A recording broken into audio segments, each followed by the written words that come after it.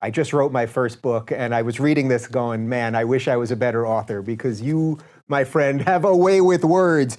So I've got the book right here. And I always notice that on cable news, when people are going to read something, they put on glasses. I don't wear glasses. These are prop glasses, but I thought I'd put them on so that I look a little smarter as I read this. Because on the inside flap, you have something here that I thought just summed up almost every reason that I do this show and talk about these issues and love what you do. It says, we're living through a postmodern era in which the grand narratives of religion and political ideology have collapsed. In their place have emerged a crusading desire to right perceived wrongs and a weaponization of identity, both accelerated by the new forms of social and news media. Narrow sets of interests now dominate the agenda as society becomes more and more tribal, and as Murray shows, the casualties are mounting. Now I'm going to slowly take off my glasses. How was that? That was pretty good, right? Unbelievable. I'm like Anderson Cooper.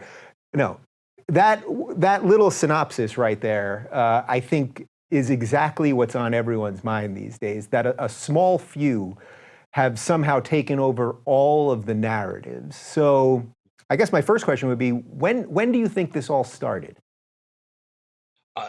I think it's a phenomenon of the last decade. I think that it starts in earnest after the financial crash of 2008. You know, we when we look back at history, causes of revolutions and so on, we know that when the economics goes bad, other things happen. And I think that we pretend at the moment as if the crash sort of didn't happen or didn't have an effect in our culture. And of course it did. Of course something like that's going to. And I say in the introduction to The Madness of Crowds, you know, it's not a surprise that young people who can't accumulate capital in their lives don't have any particular love of capitalism. And it's not surprising that a generation that finds it incredibly hard to get on the property ladder, for instance, is going to be susceptible to ideologies that claim to be able to solve every inequity on earth.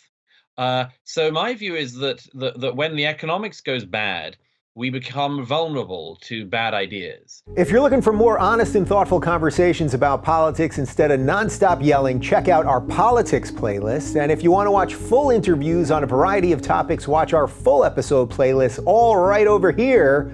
And to get notified of all future videos, be sure to subscribe and click the notification bell.